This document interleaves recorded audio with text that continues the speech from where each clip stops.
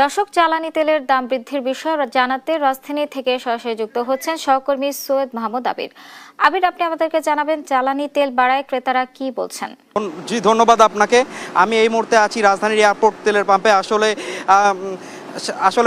এবার কিন্তু তেলের মূল্য বৃদ্ধি করেছে সরকার, যা কার্যকর হচ্ছে আগামী রবিবার থেকেই।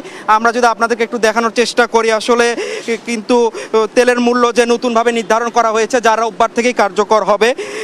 নতুন দাম অনুযায়ী ডিজেল প্রতি লিটার 115 টাকা, পেট্রোল 135 টাকা এবং অকটেন 140 টাকা, আর কেরোসিনের মূল্য বৃদ্ধি করা হয়েছে 130 টাকা।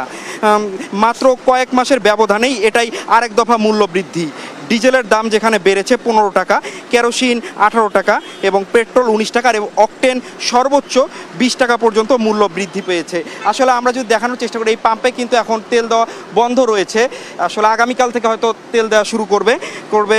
আর এই মূল্য বৃদ্ধির কিন্তু সরাসরি প্রভাব পড়তে যাচ্ছে দেশের পরিবহন খাতে, যেখানে যে কোনো সময় বাড়তে পারে বাস, ট্রাক সহ সব ধরনের পরিবহনের ভাড়া। আর ভাড়া বাড়লে তার ঢেউ গিয়ে লাগবে কিন্তু নিত্য প্রয়োজনীয় দ্রব্যের বাজারে, অর্থাৎ তার চাল, ডাল, সবজি থেকে শুরু করে সব কিছুর দামেই কিন্তু দেখা দিতে পারে নতুন চাপ। কারণ শুধু এর প্রভাব যে শুধু ঢাকা শহরেই পড়বে তা কিন্তু না, গ্রাম অঞ্চলেও কিন্তু এর প্রভাব পড়বে। কারণ কৃষিখাত, বিশেষ করে সেচ কার্যক্রম কিন্তু নির্ভর করে ডিজেলের ওপর। ফলে উৎপাদন খরচ যেমন বৃদ্ধি পাবে, আর সেই বাড়তি খরচ শেষ পর্যন্ত গুনতে হবে ভোক্তাদেরই। তবে বিদ্যুৎ ও জ্বালানি খনিজ সম্পদ বিভাগ বলছেন, আন্তর্জাতিক বাজারের সঙ্গে সমন্বয় করতেই এই সিদ্ধান্ত নেওয়া হয়েছে। একই সঙ্গে বাজারের সরবরাহকে ব্যবস্থাপনাকে স্থিতিশীল রাখাও এর উদ্দেশ্য। এই বাড়তি চাপ সামলাতে পারবে সাধারণ মানুষ, এখন এটা প্রশ্ন থেকেই যায়। তবে জ্বালানি এই নতুন দাম দেশের অর্থনীতিতে ও সাধারণ মানুষের জীবনে নতুন করে প্রভাব তৈরি করবে, এমনটাই কিন্তু আশঙ্কা করা হচ্ছে সংশ্লিষ্টদের মনে।